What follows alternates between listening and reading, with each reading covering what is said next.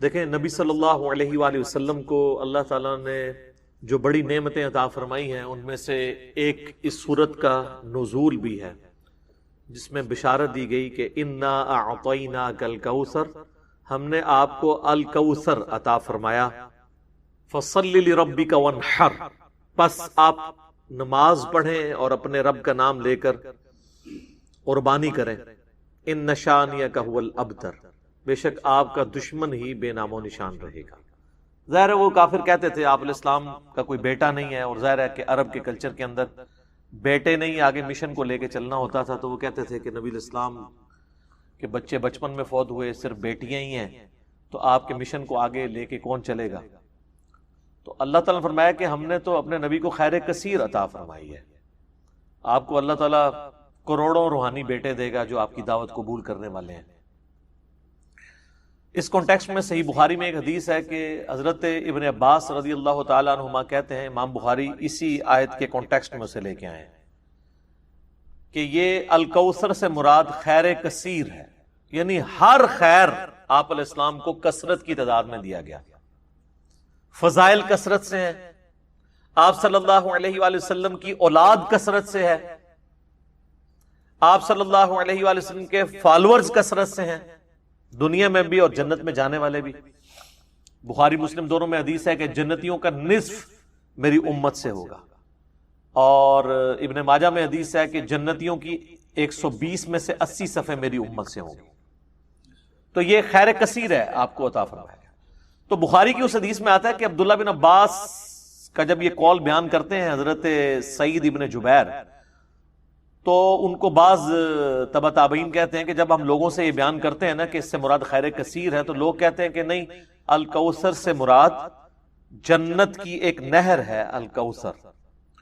تو سعید ابن جبیر کہتے ہیں کہ جنت کی وہ نہر بھی تو خیر کثیر میں داخل ہے، حضور کو جو جنت کی نعمتیں ملیں گی وہ بھی کثرت کے ساتھ ملیں گی۔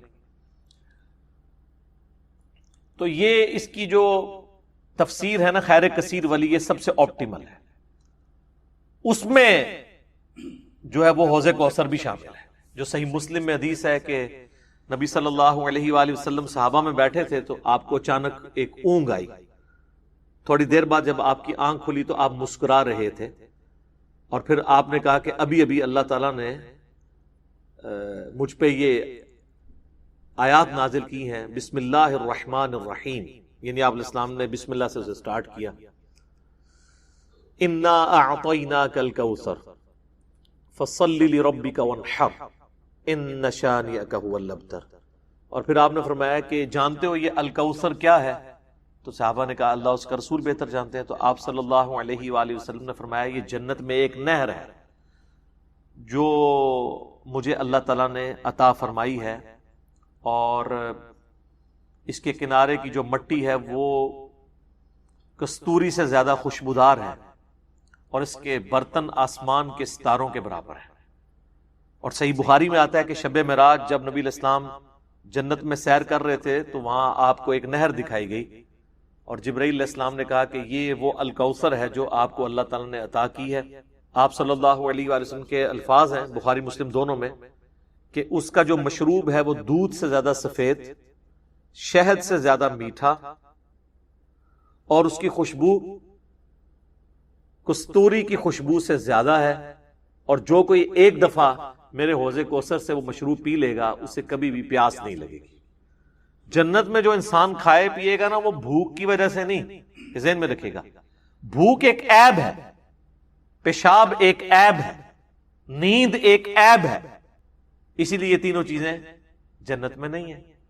جنت میں انسان کھائیں گے لذت لینے کے لیے، پیشاب نہیں ہوگا، بخاری مسلم میں الفاظ ہیں ایک خوشبودار ڈکار آئے گی سارا کھانا ہضم۔ تو جنت چونکہ نعمتوں کا نام ہے کوئی کمزوری نہیں، وہاں پہ نیند بھی نہیں ہے۔ یہاں پہ تو ہم نیند کیوں یوز کرتے ہیں؟ تاکہ ہم نیکسٹ 24 گھنٹے میں پرفارم کر سکیں، یہ بلکہ بیٹری چارج ہوتی ہے۔ وہ میری خالہ جو ہے نا وہ بڑے پیارے الفاظ استعمال کرتی ہیں، ان کی بیٹیاں جب چھوٹی تھی نا تو سوئی ہوتی تھی نا تو کون سے پوچھتا تھا بیٹیاں کتنے، کہتے ہیں چارجنگ تے لائیاں نے، کیونکہ بچے جب اٹھتے ہیں نا پھر تو آپ ان کو سنبھال بیٹھے، جب تک یہ سونا نہ جائیں سکون نہیں آتا. تو وہ جو سوتے ہیں نا وہ چارجنگ پہ لگے ہوئے ہوتے ہیں, پھر جیسے صبح انہوں نے اٹھنا نا اٹھلی اوپرلی کر دینی ہے. تو قیامت میں جنت والے دن آپ کو جنت میں چارجنگ کی ضرورت نہیں ہے, بلکہ نیند وہاں پہ ضرورت ہی نہیں. اللہ تعالیٰ نے ویسے ہی انسان کو اتنی انرجی دی ہوئی ہوگی. تو لہٰذا آپ علیہ السلام کا جو فرمان ہے نا کہ جو ایک بار پیے گا وہ کبھی پیاسا نہیں ہوگا. تو کسی کے ذہن میں خیال آ سکتا ہے کہ پیاسا نہیں ہوگا تو پھر پانی کی لذت کیا. وہ اللہ تعالیٰ نے جنت کی نعمتوں میں لذت ہی اتنی رکھی ہے کہ انسان لذت کی وجہ سے اس کو استعمال کرے گا. اور پھر انہی احادیث میں بخاری اور مسلم کے موجود ہے کہ میرے حوض کوثر پہ پھر ایسے لوگ بھی لائے جائیں گے جنہیں میں پہچانتا ہوں گا, اور جب میں انہیں مشروب پلانے لگوں گا تو میرے ان کے درمیان ایک آڑ قائم کر دی جائے گی. تو میں کہوں گا یہ تو میرے صحابہ ہیں, اصحابی اصحابی.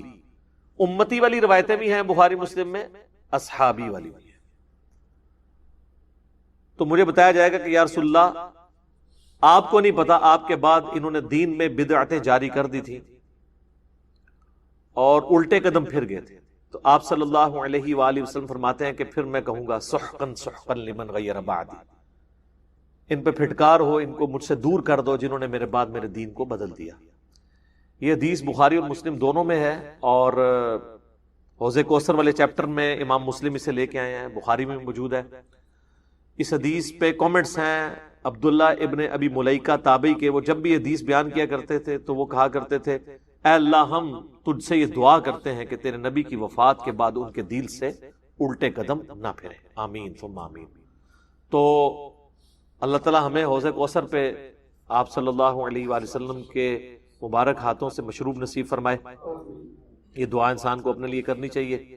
ظاہر ہے کہ وہ اہل جنت ہوں گے. اور بخاری مسلم میں کہ اس کے جو برتن ہیں نا وہ برتن ہی آسمان کے ستاروں کے برابر اس کی تعداد ہے. پورا ایک نقشہ کھینچا گیا. آپ مشکات کی 30 جلد میں حوض کوثر اور شفاعت والا چیپٹر نکالیں تو آپ کو وہ ساری احادیث مل جائیں گی.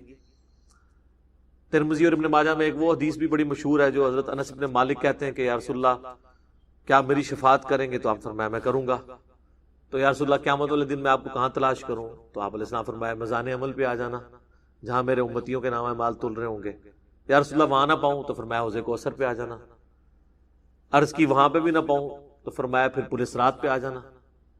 کہا وہاں پہ بھی نہ پاؤں تو آپ فرمایا میں ان 3 جگہوں کے سوا کہیں اور نہیں ہوں گا, یا میں حوض کوثر پہ ہوں گا اپنے پیاسے امتیوں کو مشروب پلا رہا ہوں گا, یا پھر میزان عمل پہ ہوں گا شفاعت کے لیے, یا پھر میں پل صراط پہ ہوں گا اپنے امتیوں کے لیے سلامتی کی دعا کرنے کے لیے. تو یہ 3 جگہیں ہیں جہاں پہ آپ صلی اللہ علیہ وآلہ وسلم کو قیامت والے دن تلاش کیا جا سکتا ہے انشاءاللہ تعالی. تو یہ حوض کوثر میں وہ خیر کثیر جو ہر طرح کی آپ کو عطا کی گئی وہ بھی شامل ہے, اور اسپیسیفکلی حوض کوثر جو ہے وہ بھی. حتیٰ کہ جو بخاری اور مسلم میں حدیث ہے آپ نے اپنی وفات سے 1 مہینے پہلے خطبہ دیا تھا غزوہ احد کے شہداء پر, جو آپ نے نماز جنازہ دوبارہ پڑھی تھی 8 سال بعد. اس میں الفاظ ہیں آپ نے فرمایا کہ میرا ممبر جو ہے وہ حوض کوثر پہ لگا ہوا ہے. یہ والے جو الفاظ ہیں یہ دوسری حدیث میں, کیونکہ وہاں پہ ممبر نہیں تھا. یہ الفاظ ہیں بخاری اور مسلم کی وہ حدیث کہ میرے گھر سے میرے ممبر سے میرے گھر تک جنت کے ٹکڑوں میں سے ایک ٹکڑا ہے ریاض الجنہ. اس میں الفاظ ہیں اور میرا ممبر جو ہے وہ حوض کوثر پہ لگا ہوا ہے. یعنی آپ علیہ السلام وہ دیکھ رہے تھے حوض کوثر کا منظر, ٹائم میں گزار کے آپ کو دکھایا گیا. وہ جو بخاری مسلم کی وہ والی حدیث ہے عقبہ بن عامر والی, جو شہدائے احد پہ آپ نے 8 سال بعد جنازہ پڑھا اپنی وفات سے 1 مہینہ پہلے, اور عقبہ ابن عامر کے الفاظ ہیں یہ آخری دفعہ میں نے رسول اللہ کو ممبر پہ دیکھا, اس کے بعد میں نے آپ کو نہیں دیکھا. تو اس میں الفاظ ہیں آپ نے فرمایا کہ میں اپنے حوض کوثر کو اس وقت بھی دیکھ رہا ہوں, اور دیکھنا میرے بعد جو ہے وہ مجھے تم سے یہ خطرہ نہیں کہ تم شرک میں مبتلا ہو جاؤ گے, بلکہ مجھے خطرہ ہے کہ تم دنیا کے مال میں پڑ جاؤ گے اور پھر اس کی لالچ میں ایک دوسرے کو قتل کرو گے اور تم بھی تباہ و برباد ہو جاؤ گے جس طرح اگلی قومیں تباہ و برباد ہوگی. تو اس میں بھی حوض کوثر کے الفاظ موجود ہیں. اور پھر میرے کربلا والے ریسرچ پیپر میں بھی آپ کو پتہ ہے ایک حدیث ہے جو میں نے حوض کوثر کا ذکر اس حدیث کے اندر بھی موجود ہے. جب وہ سنن ابی داؤد کی ایک حدیث ہے نا, وہ عبید اللہ ابن زیاد کے پاس ایک وہ آتا ہے ہاں یہ ابو داؤد کے اندر 4749 ہے۔ ابو طالوت تابعی کہتے ہیں کہ میں ابو برزہ کو میں نے دیکھا کہ وہ گورنر یزید عبید اللہ ابن زیاد کے پاس آئے جبکہ وہ دسترخوان پر تھا، تو اس نے ابو برزہ کو آتے ہوئے دیکھا اور کہا کہ یہ تمہارا ٹھگنا محمدی ہے۔ استغفر اللہ، ان کا قد چھوٹا تھا تو ان کا اے گینڈا محمدی، یعنی محمدی اس نے اس لیے کہا کہ وہ حضور کا صحابی تھا۔ تو یہ کتنی سخت توہین کی عبید اللہ ابن زیاد نے۔ یہ وہی خبیث ہے جس کے بارے میں بخاری میں 3748 نمبر حدیث ہے، جس میں امام بخاری نے حسین کے ساتھ علیہ السلام لکھا ہے کہ یہ حضرت حسین کے حسن میں کلام کرنے لگا تو انس ابن مالک نے کہا کہ رسول اللہ کے سب سے زیادہ مشابہت رکھنے والے حسین تھے۔ یہ وہی عبید اللہ ابن زیاد ہے۔ تو یہ صحابہ کے گستاخ ہیں، آل امیہ ہیں، یہ بنو امیہ کے خدمتگار۔ تو اب آپ دیکھیں جب اس نے یہ بات کی نا تو حضرت ابو برزہ اس کی طنزیہ بات کو سمجھ گیا۔ آپ نے فرمایا مجھے گمان نہیں تھا کہ میں ایسے لوگوں کے دور حکومت تک زندہ رہوں گا جو مجھے رسول اللہ کی صحبت پر آر دلائیں گے، کہ میری زندگی میں یہ وقت بھی آنا ہے کہ رسول اللہ کی وجہ سے ہمیں پوری دنیا پہ غلبہ ملا، اور اس غلبے کی حکومت کو جو لوگ انجوائے کر رہے ہیں عرب کے بدو، یہ رسول اللہ سے میری نسبت پہ مجھے آر دلائیں گے، کہ مجھے کہہ رہے ہیں کہ ٹھگنا محمدی، یعنی پنجابی سے کہنا گینڈا محمدی، نعوذ باللہ۔ تو اب اس نے فوراً پینترا بدلا، وہ کہنے لگا کہ محمد صلی اللہ علیہ وسلم کی صحابیت تمہارے لیے باعث زینت ہے، آر کا سبب نہیں۔ پھر کہنے لگا کہ میں نے تمہیں اس لیے بلوایا ہے کہ تم سے حوض کوثر کے بارے میں پوچھوں، کیا تم نے رسول اللہ سے اس کے بارے میں کچھ سنا ہے؟ تو ابو برزہ نے فرمایا ہاں، نہ ایک بار، نہ دو بار، نہ تین بار، نہ چار بار، نہ 5 بار، میں نے کئی مرتبہ رسول اللہ صلی اللہ علیہ وآلہ وسلم سے حوض کوثر کے بارے میں سنا، اور جو حوض کوثر کو نہ مانے اللہ تعالیٰ اسے اس کا پینا نصیب ہی نہ فرمائے۔ اور پھر سیدنا ابو طالوت کہتے ہیں کہ سیدنا ابو برزہ رضی اللہ تعالیٰ عنہ غصے کی حالت میں وہاں سے تشریف لے گئے۔ انہوں نے بدعا دی کہ جو حضور کے حوض کوثر کو نہیں مانتا اللہ تعالیٰ اس کو حوض کوثر نصیب ہی نہ کرے۔ تو حوض کوثر جو ہے ایک ریالٹی ہے، اور قیامت والے دن کی چند بڑی ایکٹیویٹیز جو انسان کے لیے تسکین کا باعث ہیں، ان میں سے ایک عرش کا سایہ، اسی طریقے سے یہ حوض کوثر بھی ہے۔ اس گرمی کے اندر اللہ تعالیٰ کی نعمتوں میں سے بڑی نعمت ہے، ہم سب کو نصیب فرمائے، آمین۔